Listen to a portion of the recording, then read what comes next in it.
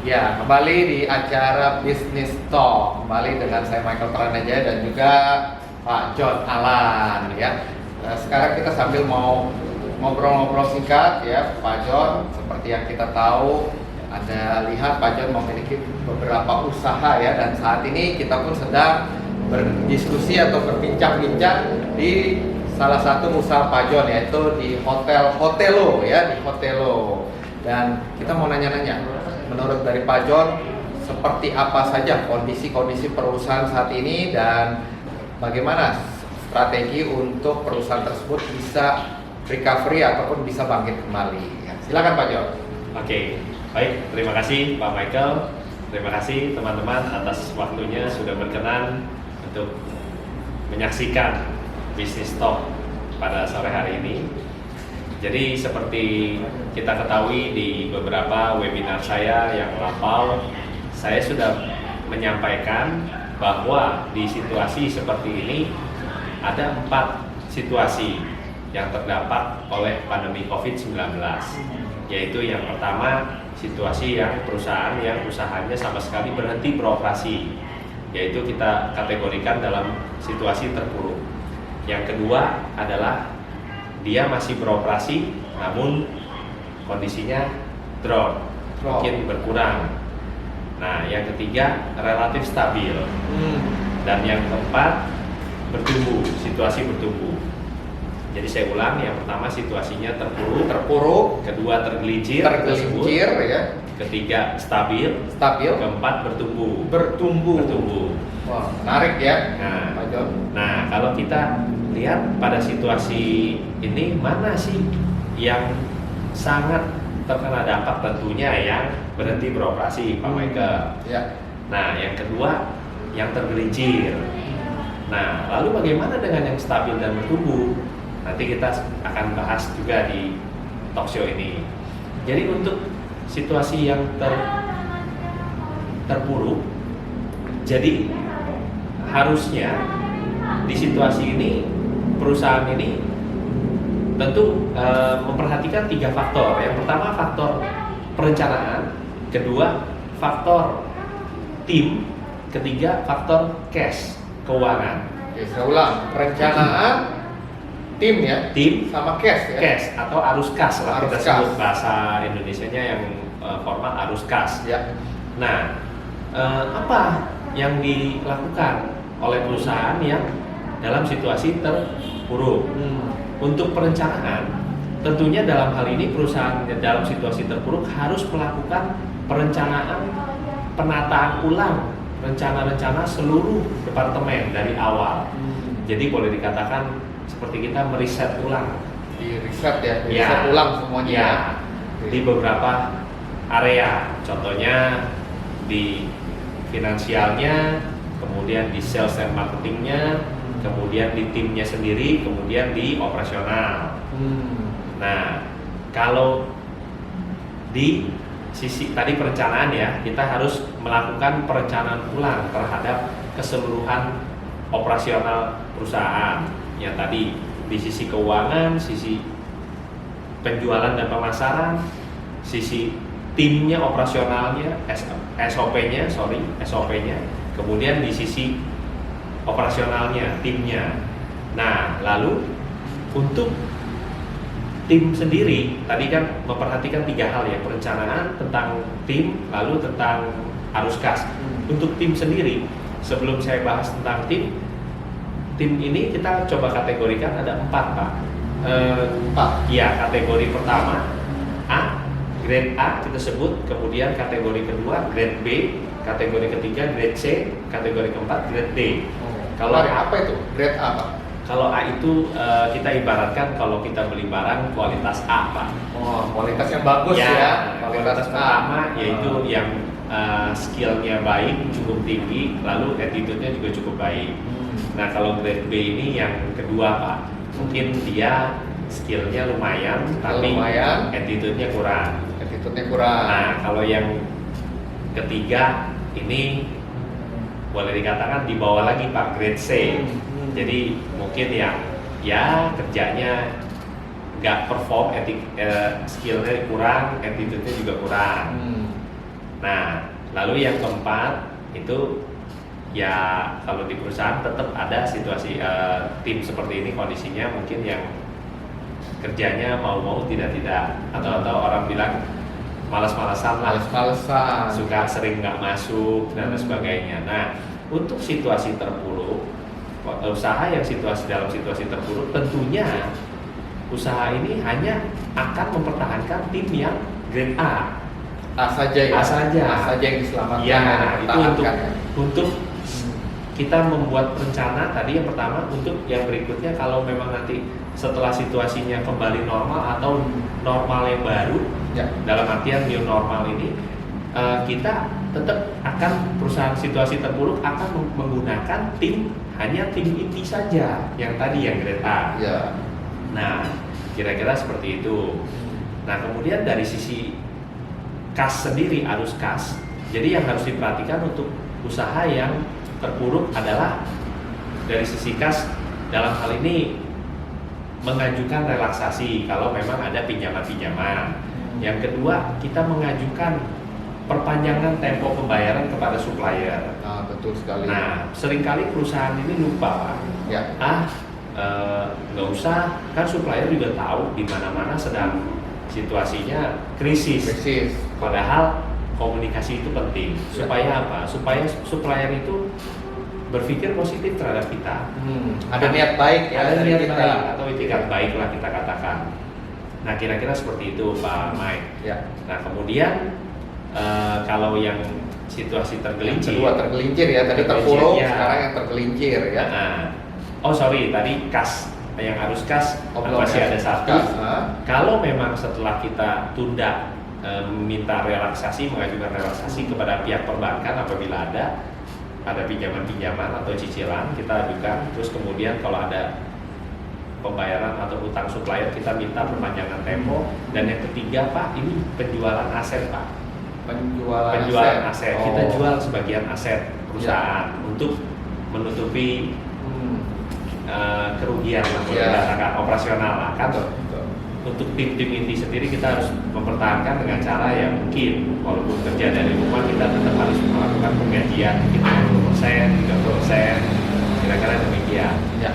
Nah, lalu yang kedua, untuk perusahaan yang dalam situasi Tergelincir ya. Nah, kalau tergelincir ini mungkin dari sisi perencanaan hanya beberapa area saja yang perlu diimprove, hanya melakukan adjustment atau alignment kembali mana yang masih relevan dengan situasi COVID-19 ini. Nah, jadi nggak semua area Pak, karena memang masih berjalan, cuma mungkin omset secara revenue agak berkurang. Turun pasti ya, kurang. Tapi dari sisi operasional masih tertutup lah untuk membayar operasional perusahaan. Namun profitnya tidak sebanyak seperti kondisi sebelum-sebelumnya. Nah, lalu kalau dari sisi tadi yang tergelincir Pak ya, yang tergelincir tadi perencanaan itu nggak semua area yang harus diimprove, hanya sebagian saja. Lalu dari sisi tim tetap Pak, ini juga biasanya karena dia masih beroperasi, dia bisa mengambil grade A dan grade B Pak untuk tim. Sekarang lebih luasan dikit ya, A dan B ya, untuk yang tergelincir. Ya. Nah, lalu untuk sisi arus kas ini juga harus bijak Pak. Tetap butuh mengajukan relaksasi apabila ada pinjaman perbankan, karena memang kita ketahui kan selama vaksin belum ditemukan, Betul. kelihatannya kan memang semua serba mengira-ngira Pak. Perencanaan ke depan ini hanya kira-kira sampai berapa lama kita semua tidak pernah tahu. Kita tidak tahu. Nah, maka dari itu butuh pengajuan relaksasi, dan yang poin berikutnya terhadap kas itu kita harus bijak mengelola keuangan. Jadi biaya yang dikeluarkan hanya untuk benar-benar untuk kebutuhan perusahaan, operasional perusahaan. Jadi tidak lagi untuk hal-hal lain. Ya. Nah, itu juga tetap kalau dari sisi kasnya tetap butuh minta tempo pembayaran untuk supplier, mungkin tidak selama perusahaan yang terpuruk. Mungkin kalau perusahaan terpuruk kita boleh minta pengajuan tempo 3 bulan sampai 6 bulan. Mungkin kalau ini ya biasanya kita bayar mereka sebulan, kita minta jadi 2 bulan. Nah, kira-kira seperti itu. Lalu untuk yang stabil yang ketiga ya. Nah, kalau yang stabil ini juga tetap dari sisi perencanaan hanya melakukan penyesuaian terhadap beberapa rencana yang sudah berjalan. Kita coba adjustment sedikit-sedikit. Nah, dari sisi tim, karena ini juga stabil, relatif grade A, grade B, bahkan grade C juga dipakai. Oh, udah meluas lagi Pak ya, ABC sekarang kalau yang stabil. Nah, dari sisi Aruskas juga ini harus bijak menggunakan menggunakan uang untuk pengeluaran. Nah, dalam hal ini biasanya tunda pengembangan ekspansi atau buka cabang kita tunda. Oh, jadi kalau rencana ini tahun ini harusnya tambah lagi 3 cabang atau 5 cabang, sebaiknya ditunda dulu Pak ya. Tunda. Nah, kira-kira seperti itu. Nah, kalau yang bertumbuh dari sisi perencanaan tentunya sangat sedikit, bahkan dia bertumbuh kan, boleh dikatakan ya dia merencanakan sambil melihat jangka panjang nih apa sih yang prospek. Katakan kemarin kita boleh katakan wah ini sisi kesehatan atau alat kesehatan kita bertumbuh, tapi juga kita jangan berada dalam zona nyaman selama periode yang cukup lama. Akhirnya nanti begitu kembali normal kan kita harusnya kita menyesuaikan dengan situasi yang normal yang baru, malah ini kita jadi ketinggalan. Nah, perencanaan tetap penting. Lalu untuk tim sendiri kelihatannya ini memakai tim yang grade A, grade B, grade C, bahkan grade D sendiri karena memang perusahaan ini bertumbuh. Jadi mau tidak mau perusahaan tetap menggunakan karyawan tersebut. A, B, C, D ya lengkap ya, ada yang dia bertumbuh Pak ya. Karena bertumbuh. Jadi kalau perusahaan bertumbuh seringkali kita butuh tim. Ya. Walaupun tim itu kadang-kadang ini timnya ini benar-benar performanya sangat buruk, tapi karena memang ya situasi sekarang kan serba salah, ya kan. Kita kalau pakai tim baru juga kita rekrut lagi belum tentu butuh penyesuaian, dan ini kan benar-benar bertumbuh. Jadi memang butuh tim dalam waktu cepat dan juga sigap. Nah, kemudian dari sisi arus kas, nah ini juga penting. Sekalipun bertumbuh dan berlebih secara sisi arus kas, tapi bukan berarti kita menggunakan uang itu, anggaran itu jor-joran atau semaunya. Tetap perlu perencanaan yang baik. Nah, kira-kira seperti itu Pak Mai. Nah, dari saya itu menarik ya Pak John ya, tadi kan ada 4 kondisi usaha saat ini di tengah pandemik atau COVID-19. Kira-kira nih Pak John, kalau boleh bertanya, Pak John kan punya beberapa usaha, ada interior design, ada hotel nih tempat kita lagi syuting sekarang, hotel, terus juga ada nasi uduk busung ya, atau ada kos-kosan ya, dan apalagi saya kan nggak tahu ya. Kira-kira itu semuanya lagi di kondisi bertumbuh kah, kondisi lagi stabil atau apa Pak, kalau boleh share Pak? Masing-masing situasi itu saya punya usaha saya, artinya di situasi terburuk, contohnya nasi uduk saya di bidang food and beverage itu tidak beroperasi. Karena kemarin kita belum sempat menjalankan sistem online. Jadi situasi pertama Pak yang terburuk. Yang kedua tergelincir. Nah, jujur untuk hotel sendiri secara umum tidak beroperasi, namun hotel kita masih beroperasi dengan baik. Nah, dari sisi okupansi sangat baik, bahkan stabil seperti semula, bahkan di Sabtu Minggu, Jumat Sabtu Minggu hampir full. Bahkan full. Nah, cuma yang di webinar saya sebelumnya atau di Instagram live saya katakan bahwa keuntungannya saya bekerja sama dengan operator marketing ini, dalam hal ini Oyo, salah satunya Oyo yang saya pilih. Nah, ini Oyo ini berani menggaransi okupansi. Namun dari sisi revenue-nya ini biasanya Oyo di situasi tertentu dia berikan diskon-diskon khusus. Nah, contoh seperti pandemi Covid, Oyo memberikan rate yang khusus, mungkin diskon 30%. Jadi boleh dikatakan okupansi cukup baik, namun tetap pendapatan berkurang seperti tidak seperti semula. Kira-kira seperti itu. Lalu yang bertumbuh mungkin dari sisi usaha interior konsultan dan kontraktor saya. Itu lagi di stabil bahkan cenderung bertumbuh ya Pak ya. Luar biasa. Jadi itu tadi kondisi usaha Pak John juga ya, mengalami ada 4 itu ya Pak. Ada yang di terpuruk, ada yang lagi tergelincir, ada yang stabil, dan juga bahkan ada yang cenderung dari stabil ke arah bertumbuh ya Pak ya. Oke, baik. Dan tidak terasa ya, sharingnya sangat bermanfaat sekali dan semoga ini bisa membantu buat rekan-rekan ataupun buat Anda yang lagi sedang menyaksikan YouTube ini bisa untuk mereview usaha Anda dan juga bisa melihat tadi dari sisi operasional, dari sisi tim ataupun dari sisi arus kas ya, untuk perencanaan maksudnya operasional tadi ya. Baik, mungkin itu yang bisa kita bagikan. Kalau Anda merasa ini bermanfaat ya Bapak Ibu, jangan lupa untuk di subscribe channelnya dan juga boleh komen ya. Komen kalau Anda mau bertanya, mau lebih jelas lagi boleh komen, nanti Pak John ataupun saya kita akan coba untuk balas dari komentar atau dari pertanyaan-pertanyaan Anda dengan cepat.